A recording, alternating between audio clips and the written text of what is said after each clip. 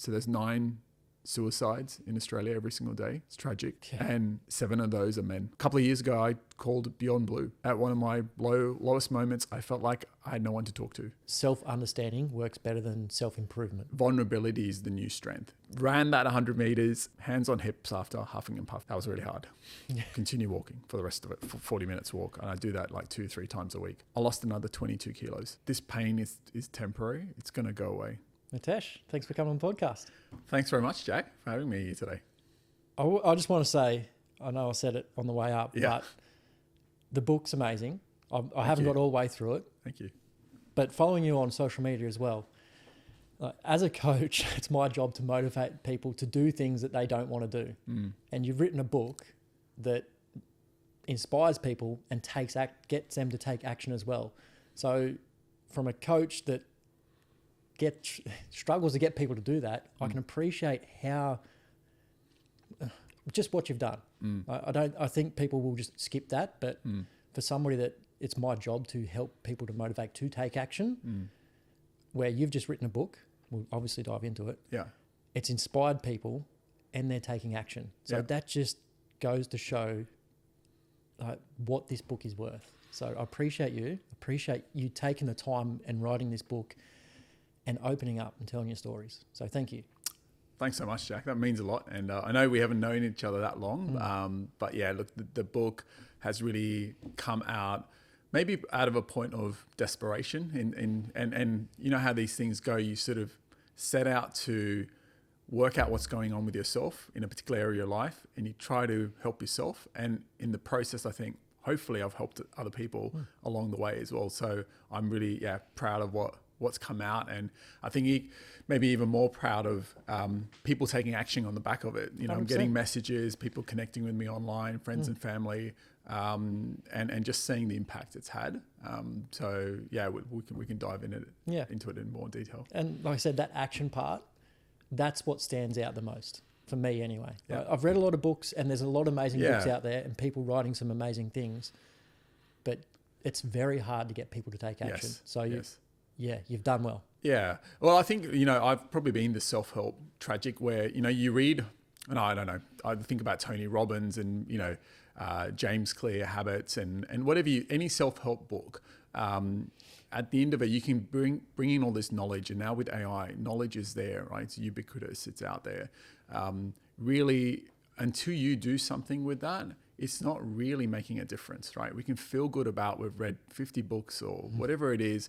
I might have done something for a couple of days or a week, but until we build that into a bit of a discipline in our lives and change our habits, then it's really difficult, right? We're not taking, and I've written something hopefully, which I'm, some good early news that people are taking action. They're seeing the difference, and actually it's not them.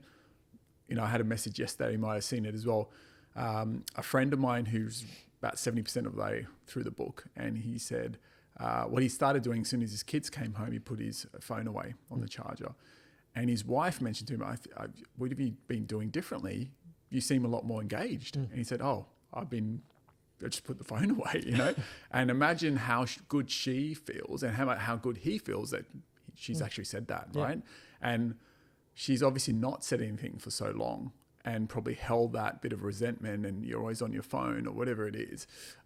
So I was just blown away with that. And as a side note, he also talked about how he just started running again. It's like 1 minute running, 1 minute walking. And he's like, I read your book and I just remembered how good it felt. I was smiling on my face, smile on my face running. And I was like, those two things I just told him, that just made my day, that message. And that makes it all worth it. Writing this book, and if you see one person change like that, or in any small fraction, that's an amazing feeling if I can help one person. Yeah, 100%. Yeah. Love that. Yeah. You touched on something, and a good quote that I always refer back to: self-understanding works better than self-improvement. Yeah. Because if you don't understand who you're improving, like what are you improving? You just, like you said, reading all the books, listening to all the podcasts, consuming all the content, like improving, but who are you actually improving? And I think like from talking to you and your content and diving into your book, this is self-understanding. It's not, I wouldn't say it's a self-improvement book. It's a self-understanding book. So why write the book? Yeah, I think the book for me was, I mean, it started really with a bunch of journal notes, really. So I was on and off journaling for probably about 5 years. I got to really sort of at a low point, I guess, and a lot of us go there, where, you know, my health wasn't in the right place, work was really busy, I was constantly stressed out. I felt like I was taking that stress out on my loved ones and the family as well. And I, you know, for a living, I'm in market research and consulting. So working with big corporates, trying to work out and help them understand their consumers, why they do what they do. And I'm really sort of passionate about that, and figuring out, well, why do consumers buy A versus B in a product or service? So we help marketeers build marketing strategy and their plans, and help organizations, you know, drive revenue and sales. And I was sort of thinking to myself, well, I'm helping these organizations understand their customers. You know, I should look to understand really what's going on in my own self, right? And you can, again, read a lot of books, but I think it's only when you sit with yourself in your thoughts and really journal on them, maybe meditate on them, to recognize what's going on and really unpack that. So I sort of did a bit of research on myself in some degree, to understand, well, you know, why do I actually do these things? You know, some of these things are generational. Some of these things are social norms. Some of these things are just so ingrained in you. And, you know, there's lots, I'm not a psychologist. I'm not some sort of professional, you know, person in this space, in the fatherhood space. But I'm a practical sort of dad who's trying to work out and unpack, why do I do certain things certain ways? Why do I feel certain ways? Why can't I change things when I need to? So that just started this journey of, okay, what's the science behind this? Why do we do, you know, one thing over another? Why do I snap at my kids, right? It's almost automatic sometimes. And I raise my voice and I get angry. And why does that happen? Why does that pattern happen? So there are sort of a lot of things we just pick up, right? Whether it's through the generation before us, our parents, our social norms. And I wrote the book really to, as I said, a couple of journal notes initially. And then as I started writing it, and talking to some other dads about certain things, I found actually it wasn't just me that was struggling. There are many dads that are struggling. And they're struggling with modern fatherhood because there's this expectation that, you know, you need to be the breadwinner, you need to provide, you need to make sure the mortgage or the rent is paid, the fridge is full, you're getting your kids through education into university, you're providing, right? That role is there, and there's a lot of history in that role for us. But at the same time, you know, things have shifted. Mums are working, or the partners are working in the household, double income households. There's more stress on that household, and therefore men need to be more emotionally available. They need to be more connected into what's happening with the kids, and they want to be, and also be contributing to the household and raising the family, right? So there's this emotional engagement needed, and many of us have not been taught on how to engage emotionally. We just never were. Like, if you think about masculinity and, you know, without getting into that in a lot of detail, but, you know, you need to be strong men. You don't show your emotions, you push through. And you've heard it all, you know, many times before.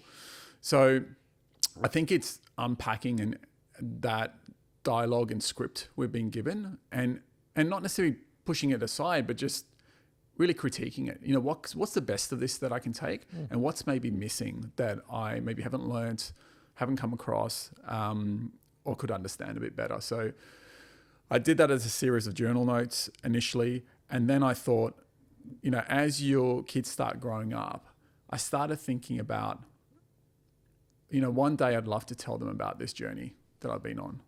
And I actually wrote the book initially thinking, well, let's help another dad, but also I'd love them to read it. It's a bit of a legacy thing, right, as well. So here's something that will stay on.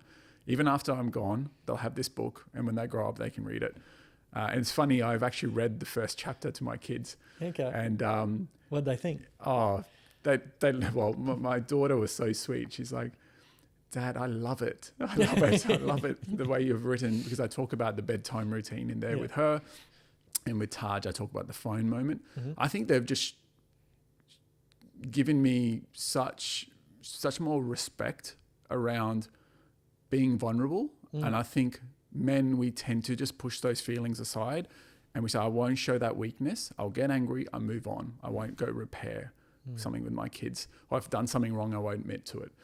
And I think the fact I've shown the vulnerability, it's taught them it's okay to be sad, to be disappointed, to be frustrated, to let my emotions out. And that's not weakness, or I don't need to be afraid around that. And that's something I had to learn.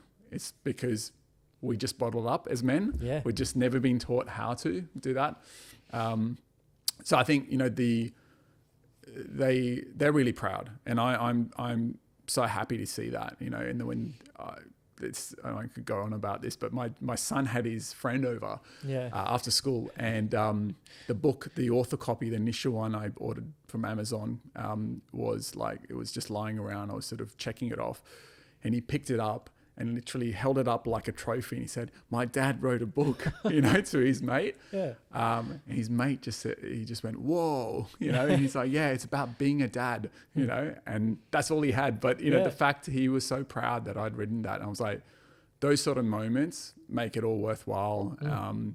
So yeah, I'm just really proud of it. And like I said, if it just helps one dad, if my kids read it later on, if it enables someone to see themselves and turn the mirror on themselves as they read the book, which many have said it's done that, then hopefully it's firstly driving that self-understanding you talk about, but then, you know, they're thinking about what they can change and try something, you know, they try different things in the book.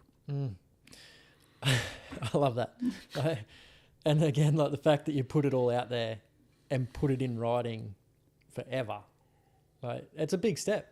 Like a lot, like you said, we're taught to just, you know, don't show your emotions, just get the work done, and then just keep doing that. And like at a certain point, something's going to crack. And unfortunately, like again, love my dad, like 100%, is the best. Yeah. But there was a few downfalls, and I experienced that. Like he would just get to the point where he couldn't express himself other than anger, and like. It's taken me a long time to realize that it wasn't he wasn't angry at me, but as a kid I thought he was angry at me. So it's taken me a lot of work to understand that. That's right. Taking the time to reflect on it, understand myself, but then understand him as well. So like I'm saying, it's just the fact that you put it into words is really good. Yeah. So and with your father and that generation, I think we can't blame them. You know, they were working with the best they had. 100%. You know, they were trying their best. And actually the most important thing for them was probably working really hard to sacrifice, to earn an income, to make sure they can provide. And that was succeeding for that generation. And that's completely fine. They didn't potentially have to be emotionally available because there was someone in the household, you know, mother, grandfather, or, you know, their parents, whoever it is, someone else. There was almost a bit more of a village to take care of the kids. They may have wanted to do those things, but felt like they couldn't as well. So they did the best they could. And like, you sort of can't blame and criticize them, but they build the base now for our generation to go, well, in this modern age, what else do we need to provide, can provide, want to provide? And if that is emotional connection, if that's going past the sort of shield of what we're being taught around being powerful, holding on to emotions, pushing through, if it's more than that, then let's understand that, because, you know, I always say that vulnerability is the new strength. And if you can show that vulnerability, and you talk about, you know, your dad, you know, going to anger or voice, and my father had his moments as well doing that. And it's because they weren't taught what was underneath, right? There's a stimulus that happens. They get angry. You've dropped the milk. You've broken something. You haven't put your shoes on. You're late for something. Straight away, we go to anger. But actually, we're probably sad. We're probably disappointed. We're probably frustrated. There's probably something underneath, and we weren't taught how to label that. So we just skip that emotion, and I talk about it in the book. We skip through and we go straight to anger. Something happens, straight to anger. Something happens, straight to anger. And when we continue to do that, you wonder what goes on with our kids. What are we teaching them? They do the same thing. They fight with each other. Something happens, and they go straight to anger. And my daughter still does this, you know, my son as well. But we're teaching them, you know, you don't need to shout. You don't need to raise. Let's think about what's going on now, right? So I think it's getting to a layer or two underneath of the surface. But that takes a lot of deep work, inner work to do that. Yeah. And firstly, just understanding what's going on in your own body when that happens. So many directions. We'll stay there. Yeah. So for you, and then obviously your book's about your journey and how you understood it. So how did you start unpacking that? Like, how did you start looking under and finding out who you were? You said you journaled to start with. The journal for a few years led to the book, or was it about the same time? Like, you journaled because of the book? Yeah, I think the journal led to the book, really. Because and just, sorry, while we're on there, like when you say journal, like just talk, because a lot of people hear journal and they think they have to do, there's 100 ways into journaling. So how did you do it? Okay. So I'm very much a paper pen person, right? And a couple of years ago, I had a mentor who's he's actually he's like a billionaire real estate guy now in the US. So I wish I sort of still kept him, probably if I stayed on that path with him. But one of the things he said really stuck with me, and I've always write things down, and that's a bit hard to do in the digital age, right? Everything's on our phones. We type it up, whatever it is. We maybe speak into our phones as well, right? But there's something about writing, he said, that's always stuck with me. He said, fear has no place on paper. Fear has no place on paper. And all the things that are going on in your head, the to-do list, the bills, the boss telling you this, the stuff your wife's telling you, the kids need X, Y, Z, you got to do something in the community or for your friends. It's all ruminating around in your head, right? All these things. And you sort of got to put them into compartments. You've got to get them down somewhere. I think a lot of people put them away digitally, and maybe it works for them. For me, when I wrote things down, I felt like I cleared my mind, right? I cleared it, maybe not completely, but I probably cleared 90% of it by getting it down on paper. So I have a diary, I write in there, write notes. Sometimes it's honestly 2 or 3 bullet points about what I'm grateful for, right? And maybe it's not consistent, so I've been very on and off with it. Sometimes I am writing into my phone in a notes thing. I'm sure a lot of people do that. I literally write a page or two about how I'm feeling around what I'm thinking about X, Y, Z. It could be work. It could be relationship with my partner. It could be I'm worried about something, what my options are. And I think that led to going, well, this is very surface level still. It's not really unpacking of the why. And I'm always very curious around the why. So that got me looking into the science. So, starting reading books, and I'm sure like many of your listeners, probably heard of people like Gabor Mate and various books. Like he was a big influence, and then nervous system regulation, started reading about that, and really understanding, well, we are built, our body is still very primal. It's very built for hunter-gatherer times.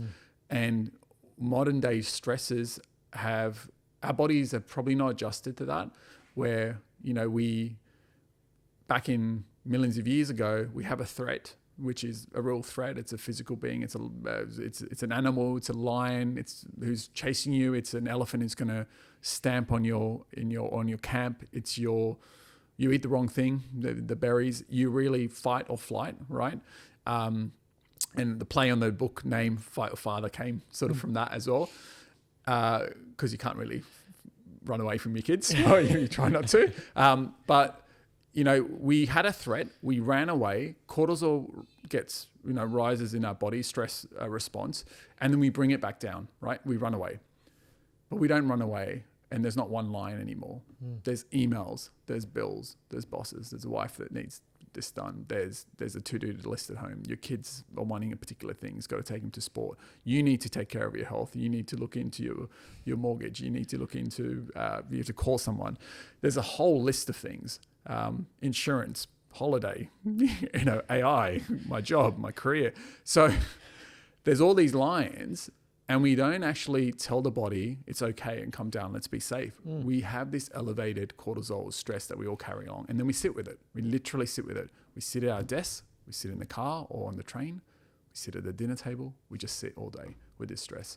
And then it shows up in the body as you sort of do the research. It shows up in, tight chest, lower back pain, niggling knee. Stress just lives in the body, right? So I started learning more and more about that, and then saying, well, actually, I didn't really think to look there, but actually, if I wanted to improve as a father, I had to start with my body. I had to actually get those stress levels back down. I had to make sure that I was in control rather than just, the body and nature doing what it is. Because when there's a response, we naturally will, our stress levels get elevated, and blood literally goes away from the prefrontal cortex down, so our thinking part, and therefore we say and do things that we don't really mean, right? And there's things you can do like breathing and just taking 5 seconds before you respond. Those sort of things help. You just sort of stabilize, come down a little bit, because when you're in that elevated state, that's when you'll, I know, well, I've done it at work. You send the email that you regret you sent, sort of thing. Or you say something to a loved one and go, no, I didn't really mean that, right? You've done it in the moment, heat of the moment. And that's literally because the blood's not there in your thinking part and you're being really irrational, not rational. So anyway, the journal notes, coming back to that, I just did research and reading on my own. And then I sort of, through that process, thought, this research is great and it's very theory based, but how do I make it practical? How do I apply it to my day to day? Because I think that's a problem in a lot of books. Yeah. They go into the research and study A said this and study B and study C said that. Often it doesn't tell you, well, what does it mean day to day practically? So that's what I tried to do, being a researcher, more on the consumer side in terms of we do some government work as well. I tried to unpack that. Okay, what does it mean practically? What are some strategies, tactics, tools, different habits that I can do and perhaps other dads can do that use the principles from the research as well. So I talk about the elements of the research, but I quickly then go to what are the practical things you can actually do. So every chapter has try this at the end. Yeah. Try this, right? So that's where, coming back to my mate who sent me that message, he's like, I did what you said in chapter 1. I put my phone away at actually before 6 p.m. And I say, try putting your phone away at 6 p.m. and see what happens. Just notice, right? He does it when his kids come home, probably 3:30 or 4.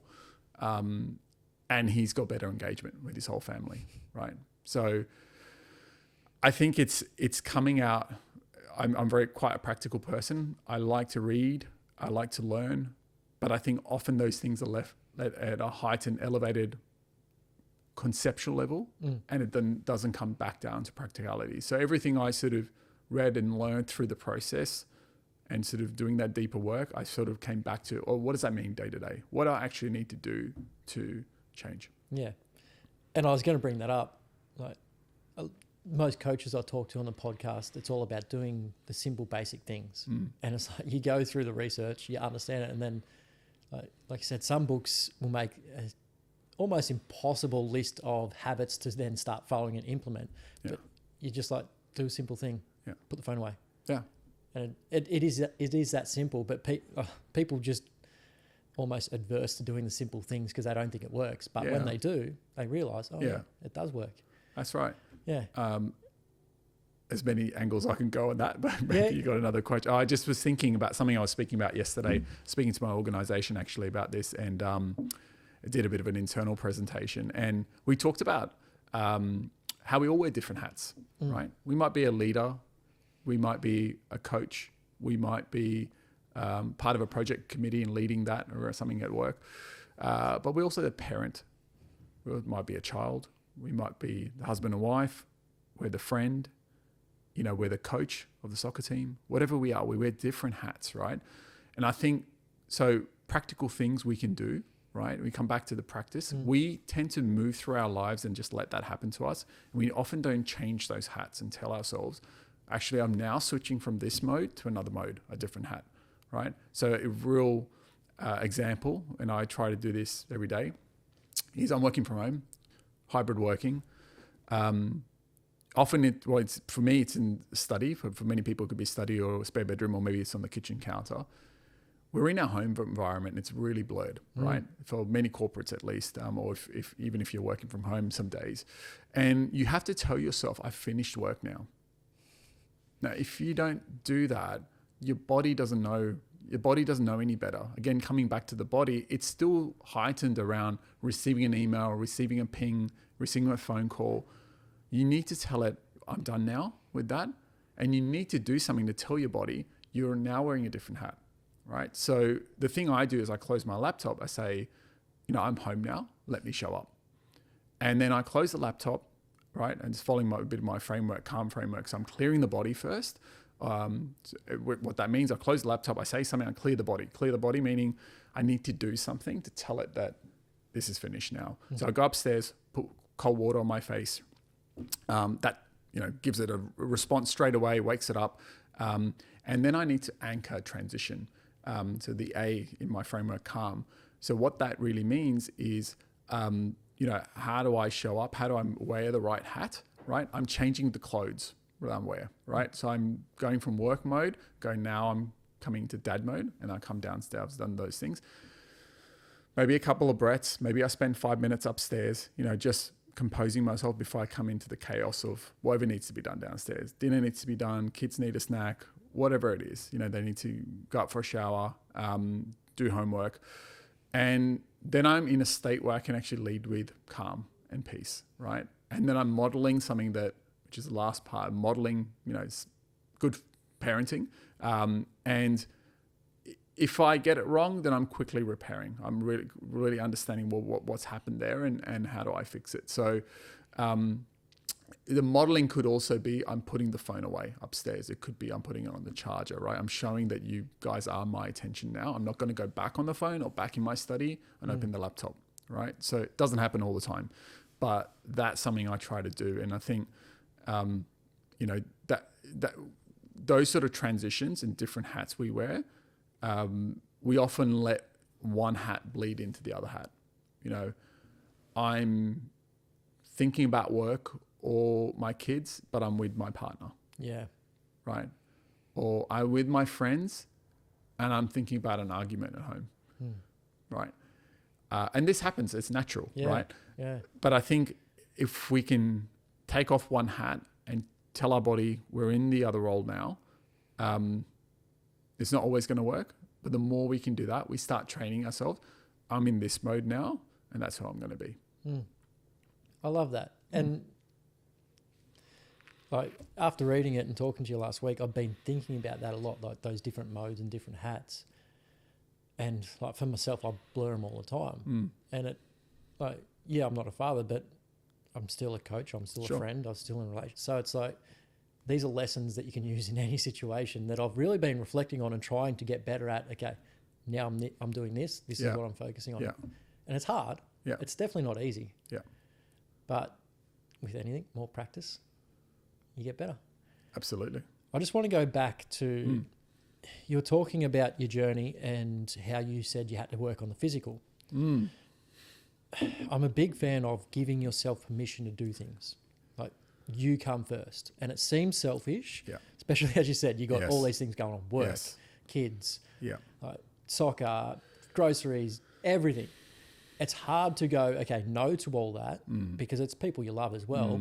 And I've got to focus on me and improve my health. What was that like? And how did you go about that? Yeah. That was pretty challenging. Look, I think it is very hard to put yourself first because it can be seen to be very selfish, especially when you have a family, because your partner may not be getting the time they need and they see you making time for yourself and they can get resentful, right? And I think it happens all the time. It could be seen as, well, you're not putting your kids first, right? They should come first. And I think, most of your listeners will probably know, like, you got to show up first yourself, right? And you have to take care of yourself first. And that's easy to say, hard to do. And I think I was at a point where I just was about to turn 40. I was very unhealthy. This was February 2025. And March, I turned 40. I was 41 now. And I wanted to make a change around my health, right? And I had all this other stresses going on and with work, with home life, and I just felt I'm not in the shape I let myself go, right? I am probably the heaviest I've been. I'm not eating very well. So I started just changing one thing. What's one thing I can do? And I decided to start just tracking my food. I was going to the gym 4 or 5 times a week, and I was like, well, I'm a big guy, and I've done the gym for a while, but I haven't really done much cardio. I don't like cardio. I do a few walks around the block, but I don't like that, and I'll do gym, and I'll be happy with that. So I just started focusing on the food initially, because I felt like I was a bit blind to what was going in. Like, we all know about the numbers, calories in, calories out, right? And well, what are my calories in? What's my base calories, right? I want to get healthier, and if I want to do that, then I have to be in a calorie deficit, right? You know all about this, and probably talk to your clients about it all the time, but I just don't even know where I'm starting right now. So just a simple tracker. There's so many tools now, and I just started putting stuff in. I ate this in the morning, this at lunch, these were the snacks, and then you start seeing a bit of, you see what's going in your body, right? Are you getting the right nutrients? Okay, I'm pretty high on fat and pretty high on carbs. There's not much protein. So that's why I'm not getting full very often, right? So you start putting, and again, I'm being a bit of a data guy, right? So being in research, I'm looking at the stats, and I'm going, okay, well, I'm starting to track what I'm doing. I'm setting some targets, some goals, some timelines in the app, and going, okay, this is where I want to get to. And just by tracking food and really not changing anything else, I lost 7 kilos in 5 months. And I was over the moon with that.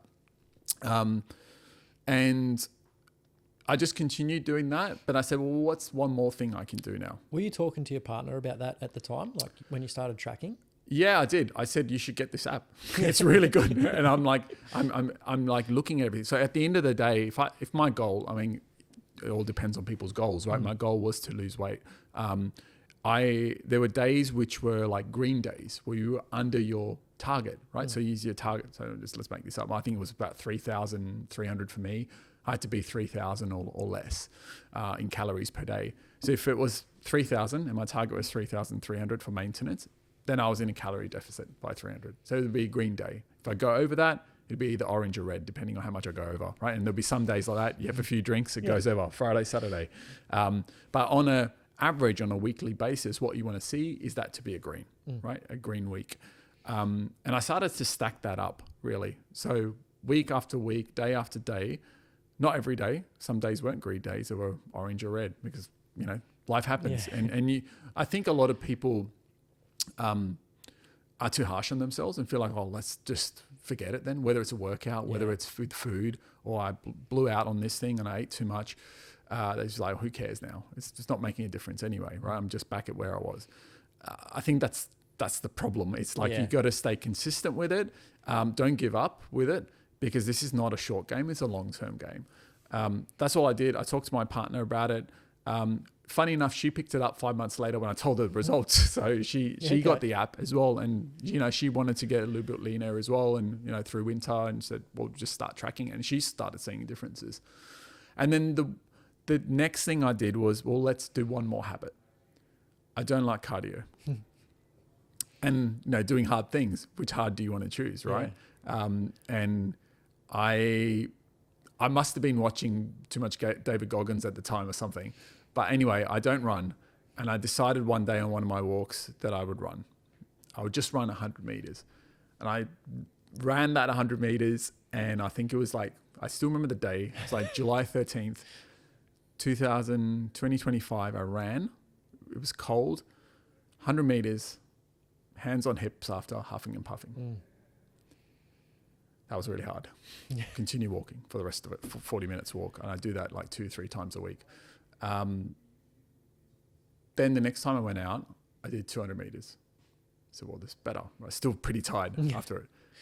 Then 3, then 500, then a kilometer. And slowly those 40-minute walks or 45 minutes, the ratio started changing, right? And I found that actually I felt better when I came home. And I looked into the science of it. And again, cardio, physical movement, when you sort of, anaerobic exercise, it's literally burning off that stress cortisol. It's coming all the way back down. I felt lighter. I felt like I was more present. I was more intentional with what I was doing with my kids. And I saw a direct correlation with how I was feeling. Obviously, all the endorphins and the good dopamine hits that you get all that, but you also can be more clear in front of your kids and feel like, you're just more calm, present. So I just continued doing that because I felt like I was a better dad at home once I'd burned off all that cortisol, right? And really hard initially, like setting up any new habit. So in July, middle winter, Melbourne, 2 degrees, 3, 0, -2 one day, beanie, gloves. Early morning was the only time I felt I could do it, because people take your time right through the day. So you got to carve out that time whenever that is. Some people work really early in the morning. They go to a construction site, or they just got to get up early for the reason it is. May not have the time, but I made that time. It's 4:35. I said, this is the only time I have. I have 45 minutes, maybe an hour, just me. I'll have my coffee, whatever it is, drink some water.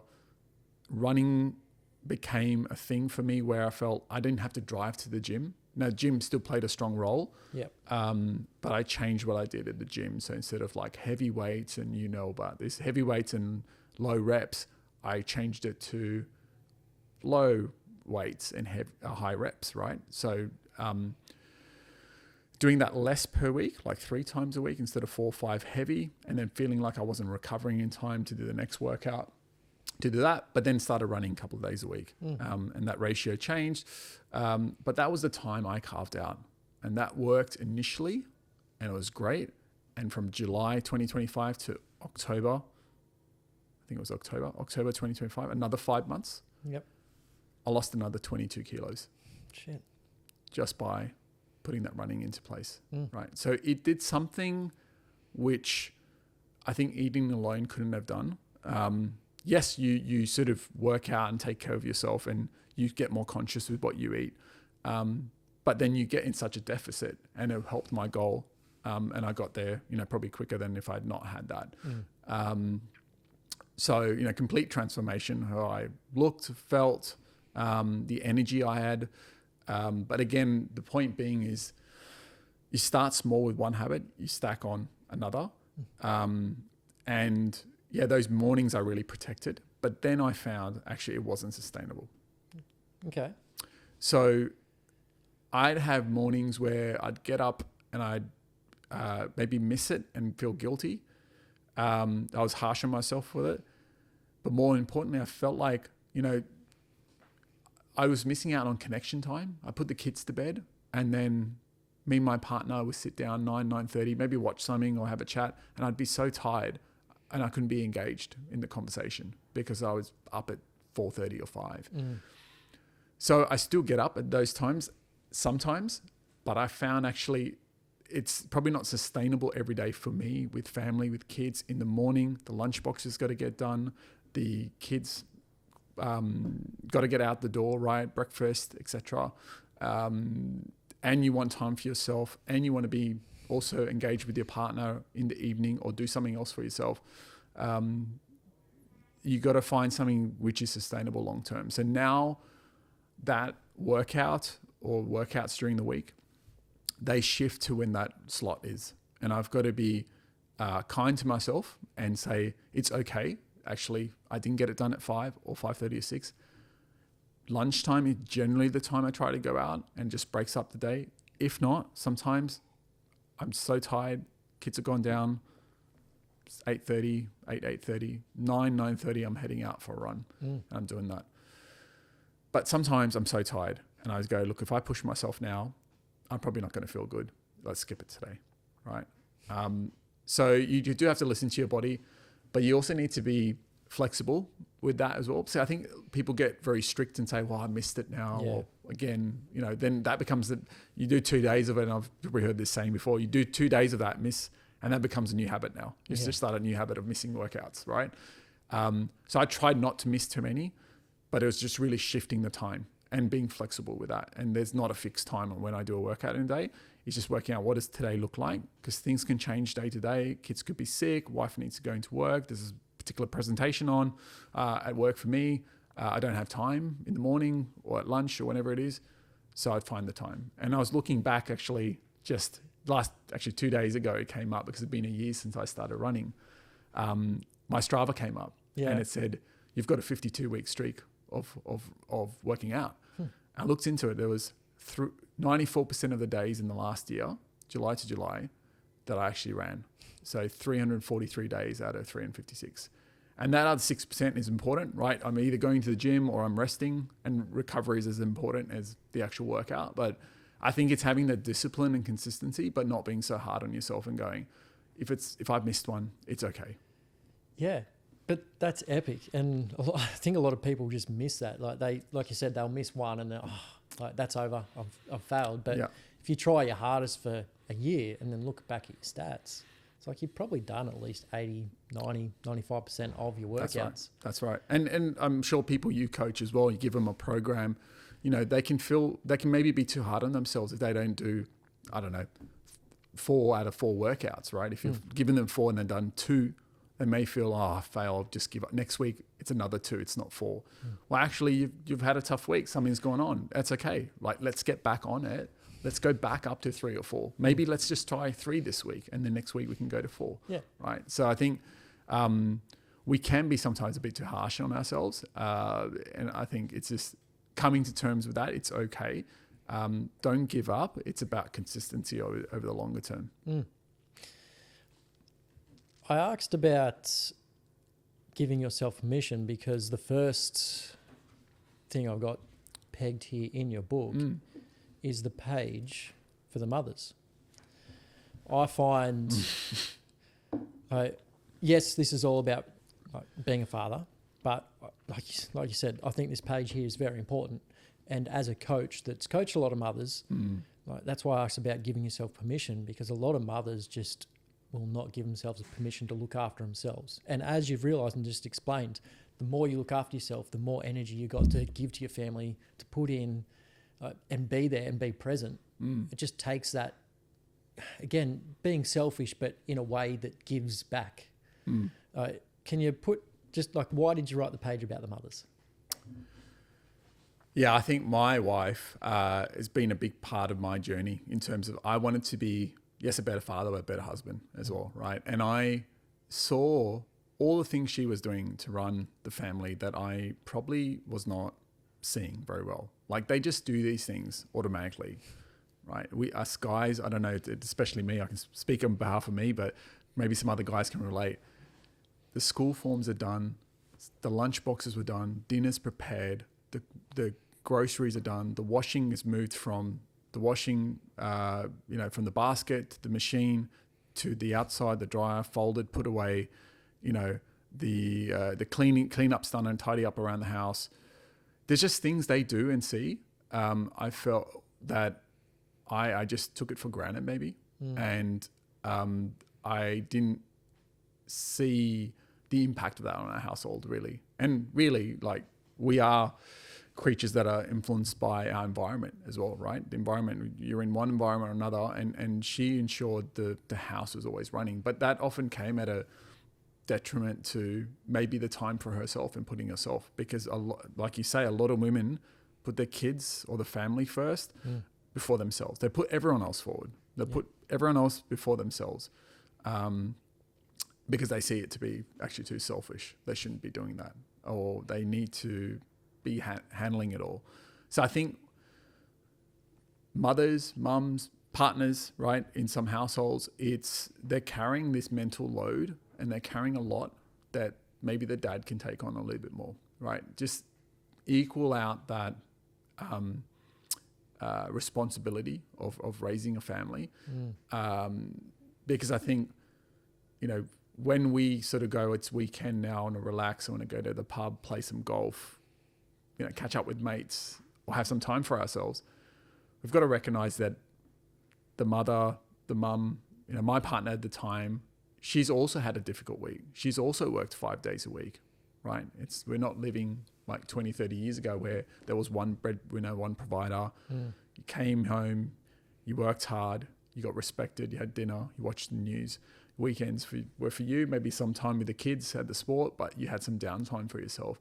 It's a different world we live in. And actually they're doing the same thing, but they're also running the household, right?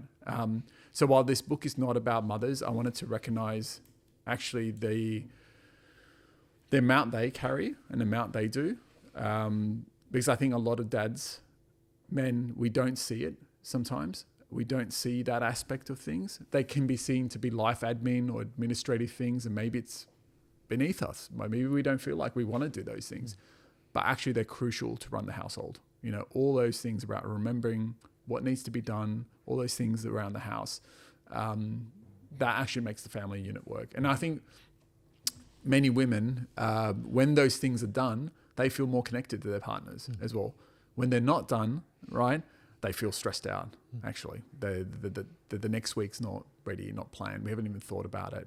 And you want to go relax, but you haven't even thought about all the things we need to do for the family. So I wanted to put a page in there for them, because I think this book is about improving yourself as a dad, as a father, as a man, but it's actually also for your partner as well, right? So whoever's carrying that load in the house, it's also for them, because I think the benefit is not just for yourself, it's everyone around you. And like I said, I don't think that's just between like father and a mother running a household. That's right. That can be any relationship that is that you're trying to, like, you just got to stop and appreciate what that other person, it could just be a friend that's just always there for a chat, and you don't even realize that they're just always there. Like, just taking the time to realize that people around you are just, you know, there for you. That's right. And you don't want to overlook that, because then there's very few people around you if you overlook it for long enough. That's right. And because sometimes they're just done, those tasks are done, you almost think you take these things for granted. You really do. And you don't sometimes appreciate the work that goes into, you know, making sure the fridge is full, making sure that everything with the kids' activities is organized and booked for the school holidays. You know, I talk to many dads at school, and they probably have no idea, you know, the mum or the partner's doing that. So I think they just carry so much more on top of, generally, not always, but if they're working full time, they're doing that full time, but they're also running this household full time as well, right? They're doing 2 jobs. So I wanted to recognize that, because I think as dads, as men, or any household, you can always take on more. First, you have to recognize what those things are. Have you got any obviously you went through a big period of self-realization, and then obviously realizing these things. Was there any example that you were like, oh wow, like that you think back on that you were like, oh yeah, I can be doing that as well? I don't know, there's just like these, this one's a bit like, my mum always used to do my washing, probably up until 18. I left home, and I think I was working out of home, renting separately, and I'd bring washing home. I don't know if anyone else can relate to this story. I'm sure they can. But you bring washing home. You live away from home. You go see your parents on the weekend. You bring your washing. She does all your washing, perfectly folds it, maybe even irons it for you. You put it back in the bag, you go. So it's not. I almost like feared the washing machine in that room, because I just didn't know, you know, what I was doing in there. And then what do you do with it when it's done? And then you got to hang the clothes. And it's one thing I said to my wife, I'm going to take this off you, right? Now I don't get it perfect. I still get it wrong many times. But I said to her, I will stay on top of this. This will be one thing you don't need to remember and think about in one area. So I just make sure that sort of process line keeps moving. You know, it's basket to the washing machine, to hanging, to folding, back upstairs in everyone's drawers. Again, keep moving through, because with kids or any household with multiple people, that needs to keep moving. I didn't want that just to fall on her. So I take more responsibility around there. And more recently, I sort of said, well, let me get on top of that, and then let me take on another domain that you've been doing a lot. So now I've said I'll do all the meal planning and all the groceries, right? And that's been difficult for her to give away a little bit to me, just because I think it's something that she's had for so long, and feels like maybe I don't know what I'm doing, and I don't sometimes. So I'm learning, and I'm getting better at it. I still make mistakes, but once I sort of got on top of one area of the house, the domain, I said, well, I'll take on this aspect. So I've had some good weeks, 2-3 good weeks, but I've probably had 1 or 2 that hasn't been. So I've just started that. But again, the weeks when I was on top of it, right, again, it's about sticking to it. You don't have to get it right all the time. When I was on top of it, it made a real difference. She told me how much better she felt that things were taken care of. She didn't have to think. She could come out of her study, working from home or coming home from work, and not have to think about what's for dinner, what I need to organize. It's already sorted. The kitchen's clean. Dishes have been put away. It's all done. So those things are not easy. They require a lot of planning. So you go, well, when do you get time for that? Don't you work full time as well? Yes, I do. And I have a demanding job, and you have to make time for these things. Whenever you get those moments, you go, can I get this done? Can I get it delivered to me? Can I do a click and collect?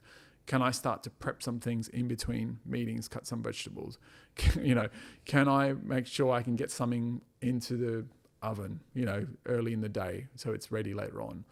So just being, I guess I have the privilege of working from home to do those sort of things, but I think it's finding that routine and what works for you. So if the house runs well, I find, then everyone's just in a better mood, right? Yeah, if things are cleaner, washing's done, meals are prepped, we've thought a little bit ahead, I find that just that maybe it's the skeleton of the household just holds together, and then everything else works around it.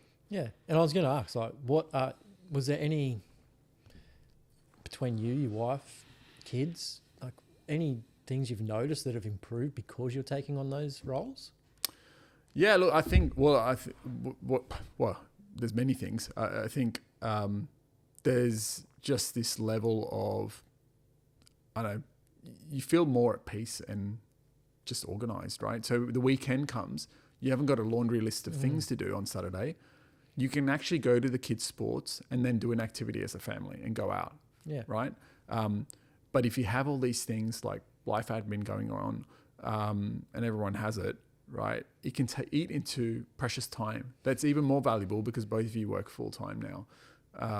So how do you get those things done as much as possible through the week so you can actually have some quality time on the weekend? Yeah. We can have family time. We can have one-to-one time with our kids, right? So we often go one each and give them dedicated time as well. Have time together, just us, go out on a date, or family time. And those three things we try to make sure, they're part of each weekend. So I think it has that impact. But it's also teaching the kids that running a household is your responsibility as well. Stack the dishes, clean up around here, vacuum there.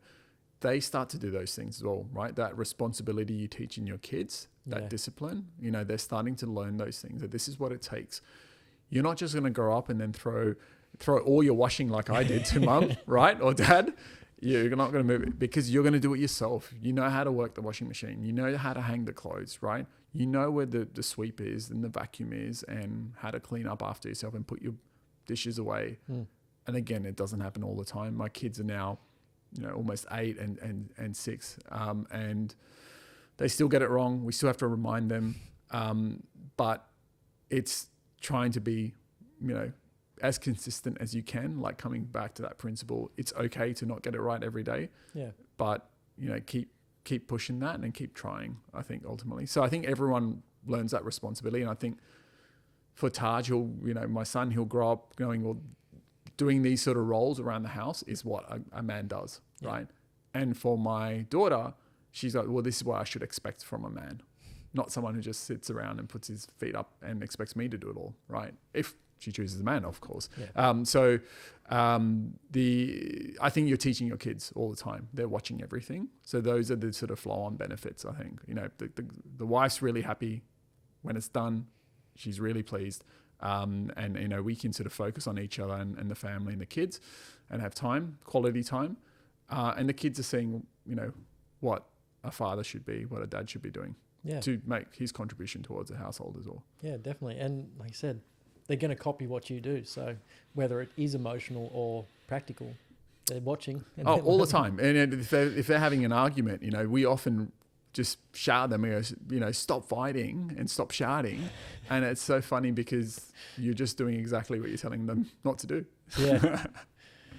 I think we've touched on it, but I would like to double click on it. So in your book, I seen one sentence there that I did want to bring up even more. Modern fatherhood is harder than anyone admits. Why? Yes, why is it harder? I think we've touched on this a little bit, but I think it's harder perhaps because, we're living in a pretty isolated time with social media, with our phones. I think the conversations we might had at university or at the pub or with our mates playing sport, life gets busy as a dad.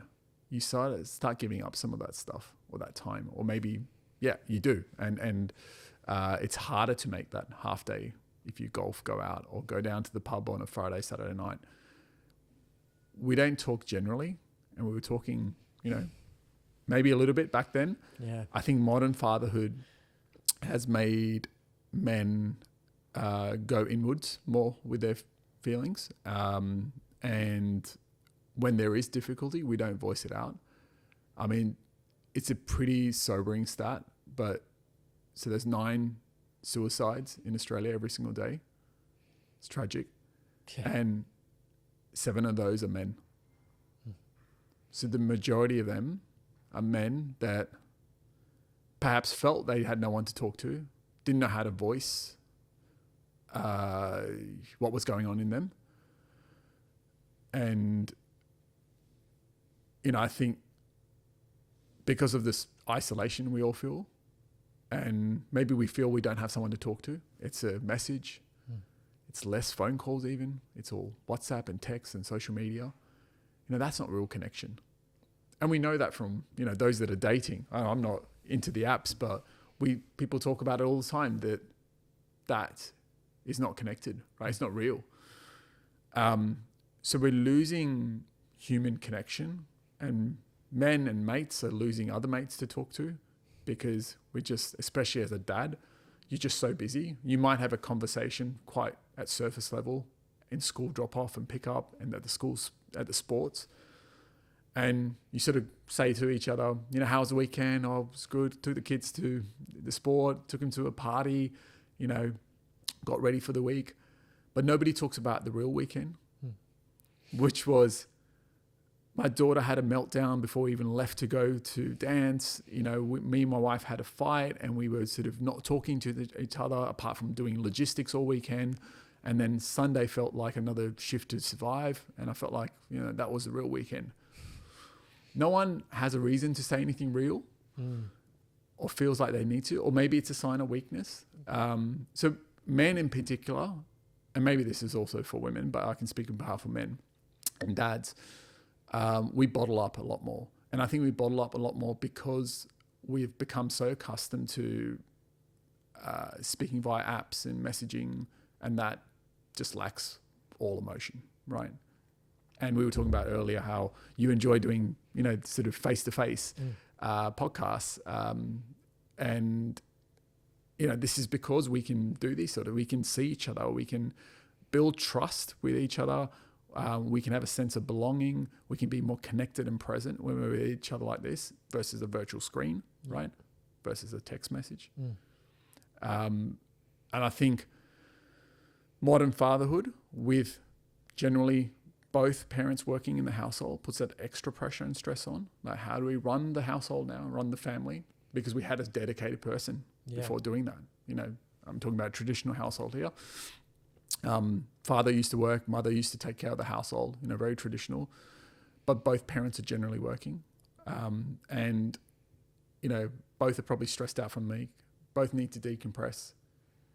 Women tend to generally talk more than men. Men sort of suppress those feelings.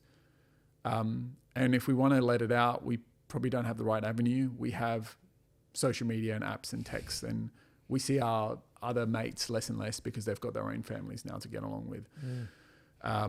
So it's a difficult time for modern men, I think. And, part of the book is just, even on my first page, I wrote the book for every dad that's trying, because I think we're trying our best, and I get it wrong more times than I can count. But I'm trying to do the best I can every single day. I'm trying to make sure I'm getting to the bottom of what I'm really feeling. And I'm using techniques like journaling, sitting in silence in the morning, 15, 20 minutes, just thinking about what I'm feeling, what I need to do, why I need to do it. meditating on those things, I think, there's multiple reasons, but I think, the men sometimes feel that they don't have an avenue to go to let out what they're really thinking. Or maybe the bigger one, they see it as a sign of weakness. It's not masculine to do that. Which is shit, because that's like 7 men every single day feel like they have no other avenue out of just taking their own lives. Yeah. And it's hard because, like you said, there's so many distractions, and like you can sit with yourself and think, but sometimes it's easy, like obviously easier to just jump on your phone and get on social media and just block that noise with other noise. We numb it. And I numbed it for years. It was, whether it's social media or it was eating or drinking, we numb the emotions, we numb the stress. I'm not an expert, but I think this is what we tend to do. We push those feelings down, keep them down there. If they come up, it's too scary. But I think if we can unpack them and understand them, maybe feel the pain that we need to feel, and then push through, right? Find the help we need. Find a therapist, find someone to talk to. A couple of years ago, I called Beyond Blue. At one of my lowest moments, I felt like I had no one to talk to. I had my wife around me, I had my family, I had friends, but I felt like they couldn't understand what was going on in my head. So I called them, and it really helped. And I've been, since that day, trying to help Beyond Blue as much as we can. I just a week ago ran a marathon. I was a charity runner there for Beyond Blue. So proud to say we raised $6,500 for Beyond Blue. Amazing. Half marathon about 6 months ago, we raised $2,000 there. And this is really through the generosity of my network, family, friends, and others, but trying to raise, mental health awareness, and especially supporting dads and men as much as possible. But, there is an avenue. You can talk to someone. And part of that for me, 5 years ago, I moved from Sydney to Melbourne. You sort of give up a lot of your friends and family there, and you sort of rip that all up, and you can sort of come to another city. Yes, it's not very far. Sydney, Melbourne, always the rivalry between the two, but I didn't have the friends here. So, I started to build that through the other dads in school. And I talk about in the book, finding your crew. And I think it's really important that men have a group, whether it's through running or tennis or golf or some sort of, you just meet at the pub, you do something together. That's really critical for men to feel they can talk to someone. Join a men's group if you need to. I did that a couple of years ago, and I found that, especially when my son was born, that was really helpful. You go into this world where you just do not know what you're doing. You have this little baby, you've read all the books, you're looking at your wife, and you're still not sure what you're doing. And then you're sleep deprived, you're not thinking straight. So the men's groups really help, right? Especially if you've got really young children. But even today, I think, where any stage your kids are at, and even if you're out of home with kids, I think men need other men to talk to have that banter, to have that chat, to get deeper if and when required. Because I think that's how we support each other. 100% agree. Yeah. And like you said, it's getting rarer and rarer. So, again, messages like you and everything you talk about, it is bringing more men out to go into things like that, to start talking at a deeper level, which is amazing. I've had since the book launch, it's been about a week and a half now, I've had that many people reach out to me and open up about things they may have not even told, their closest loved ones. They felt like they could tell me. And, I feel really grateful for that. Firstly, I've put a lot of my vulnerability into the book and opened up. That was, part of the reason I did that, because I know men don't do that. Yeah. And I felt like I had to do that to potentially help someone else as well, because they're not going to do it on their own. But if they see that, especially in the first few chapters, that mirror is going to be turned back on them, and they're going to see themselves. And that may just unlock something they actually may just get on the path to get to the next part, which is the practical part. Yep. Now they've seen themselves, because I've been vulnerable. They feel like they can maybe be vulnerable, whether it's literally saying something or feeling something. Then the truth comes out when you get more vulnerable. You unpack that, and then maybe they're more likely to actually take some action from it. So yeah, that's really, why I sort of did that. But I felt like I had to do that to explain myself, and it wasn't easy. And I was saying this to a family member. I mean, getting your deeper thoughts and insecurities and feelings out on paper, and then understanding it firstly yourself, and then making somebody else understand that. That's on paper. Imagine just talking to someone and getting a mate to understand you. Yeah. It's hard work. Yeah. We're not taught how to, talk about our feelings, emotions. Sounds very like soft or whatever it is, but these are the things we sort of have to change the stigma around it. And this is what men need. Men need to be masculine and strong and show power, but being strong and showing vulnerability is almost better than that sort of physical strength or pushing through. Right? And that is, for me, modern masculinity. Masculinity is showing vulnerability, showing your inner thoughts and feelings, unpacking them, working through them, as well as doing traditional masculine things. Yeah, I think it's been mixed up. I do think that's always been the case. Like, I think when you are vulnerable and you can talk about anything that comes up, feeling anything, like, you're almost strong within yourself, and it comes through more. Yeah. And people can sense that. Yeah. But when you shine away from that and you don't talk about certain things, it comes across, and people can see that as well. It comes across as like you're hiding something. It's not strong. It's like, well, what are you hiding? So I think it's always been the case. But like you said, it's always, I guess, as men and our fathers and their fathers always said, oh, don't show your emotions. It's sort of been mixed up in don't show your emotions because that's weakness, but it's actually the opposite. Because people can just see through it. We all know. Yeah. No, I think you're right there. Yeah. 100%. I'll grab you some water, but I want you to keep talking and explain what you mean by mirror. Like, I talk about mirrors all the time, and we breeze over it like we know what we're talking about. But some men out there would go, "You said mirror," and we hold a mirror up just so. Explain what you mean by a mirror. So, I think there's this voice in our head, right? So. All of us have a voice that talks to us, right? We're almost talking to this little voice in our head, tells us what to do, what to think. And I think many men, either they don't want to admit it, or they want to articulate it, don't want to go there in their head, will not let out certain feelings, emotions, thoughts they have. And there's a number of stories in that book.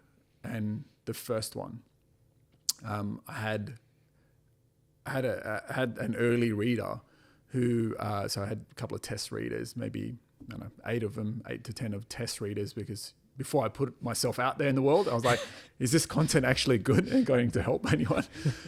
So they gave great feedback. But I remember one of them saying to me that, that first story, I read it, and it was like you spoke into my mind. You spoke exactly word for word into exactly what I was thinking and what was going on for me. And I broke down. And I had to put your manuscript away. And I just didn't come back to you on feedback. And I could only pick it up about 3 weeks later again. So the fact that he firstly could open up to me, I'm really grateful around that. But secondly, I think that's what I mean by mirror. Is it will probably go into things you've been thinking, feeling that you haven't actually brought to the surface. You've pushed it quite deep down for whatever reason, right? Rightly or wrongly. When that mirror is turned on you and you can see yourself through my story or the story of other dads, hopefully you recognize that actually it's okay for you to have that script as well, because somebody else has. It's normal, right? Let's not pretend on that surface level that we're all doing okay. When you ask, how are you? I'm good, I'm fine. There's always something underneath that. It's almost an indicator there is when someone says, I'm fine, I'm good. They're not good. There's something else underneath what's that. What's the acronym for fine? Frantic, irrational. So, yeah. So there's... So I think the mirror is really when you read it, you'll probably, through at least my story, or if not one of the others, you will relate, and you will probably bring up things that you may have pushed down. Maybe it's your insecurities, maybe it's a story that you didn't want to really bring up, or feel like you can admit that is going on for you. But I think this is the thing, like, men don't talk about the real things going on. They talk about what is expected of them. So what is expected by society, by social media, that's the level I keep it at. Anything else underneath gets a bit too difficult. So yeah, when I say turning back the mirror on yourself, it's really looking deep inside you and working out, how you're really feeling, not the surface level. Yeah, like I said, when you read a passage or something like that, even for me, again, I'm not a father, but reading through some of it, I was just like, and it brings up that emotion. Yeah. A lot of people, like we were talking about our fathers, they'd bring up anger, and it's just a mirror on they should be looking at and bringing back on themselves, and why am I angry, rather than I'm just angry. Yeah, and that's an interesting one. You talk about the fathers, and because that's what we saw from our fathers, getting angry, right? And I'm sure you sometimes, well, at least being a dad, you see this. Sometimes you get angry at your kid, and there's a moment I talk about in the book where you see your father standing there and you being the boy, because that is really what you remember and how you were maybe spoken to, right, in a certain way, and that will come out, right? And that, again, that is not to blame, it's to recognize that actually that's what's been passed on, right, from that generation to your generation.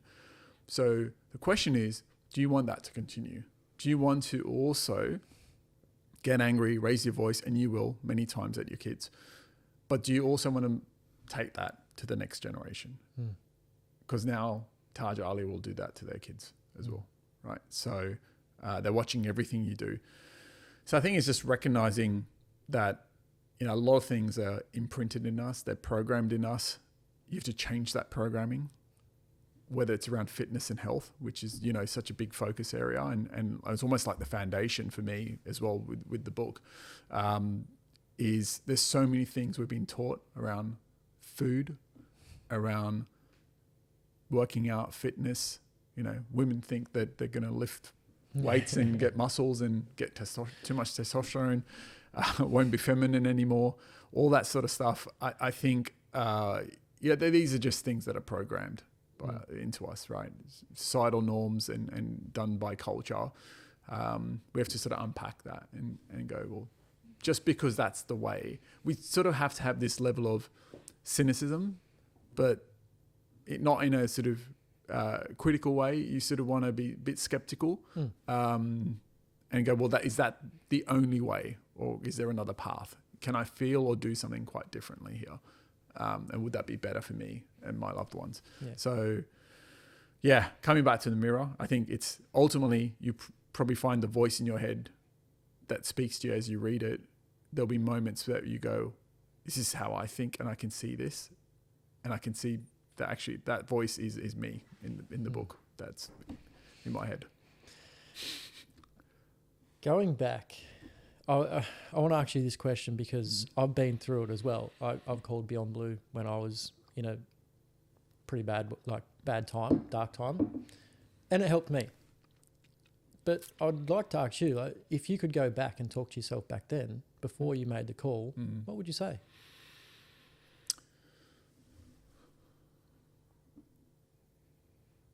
What would I say? trying to put myself back there first.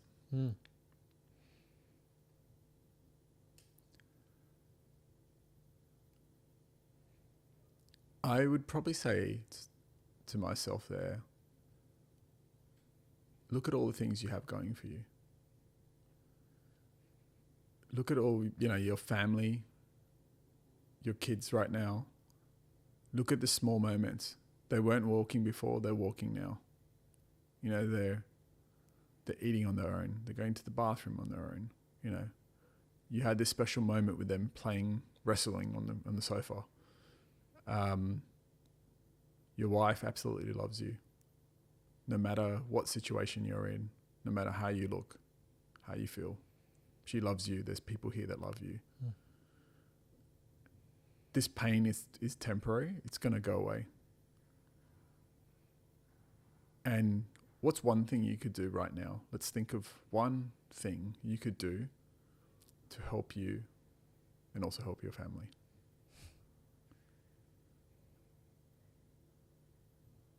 The person on the call, maybe not exactly that way, did say, why didn't you try this? One thing. Could that help? And I said, yeah, it probably could. And I did try it and it did help. I think it's a bit of gratitude and it's a bit of, how do I just step forward in this direction rather than the one I'm going in?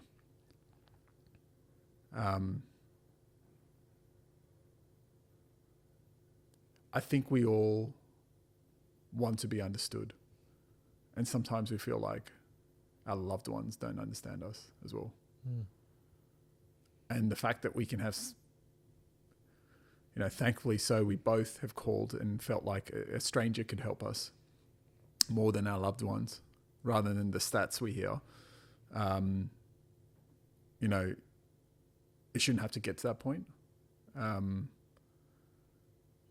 That's why days like, RUK and all that sort of stuff is so important, and mental health is so important, and that we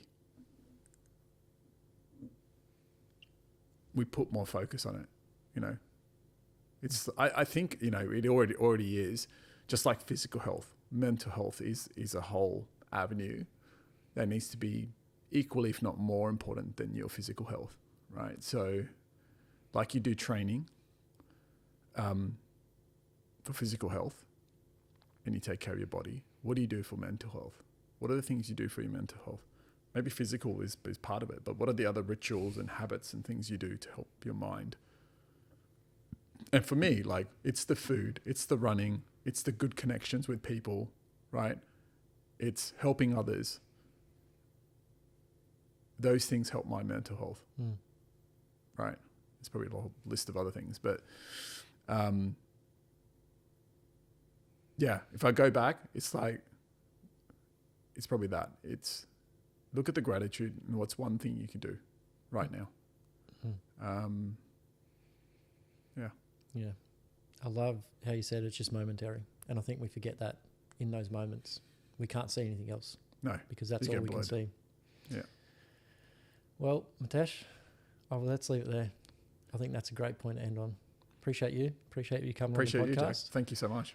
I'll link everything in the show notes, so where people can find the book. Amazing. And you can connect with you on social media. Amazing. Just anybody listening, if you know somebody that's going through a dark time, please reach out. It means more when you reach out. When you can see somebody in those times and you reach out to them, it means more than they'll let on. So appreciate it. Thank you so much. Whew. Thank you, mate. That was an amazing conversation. I could have kept going, but that was almost an hour and a half, and I was just like, oh wow. No, could I.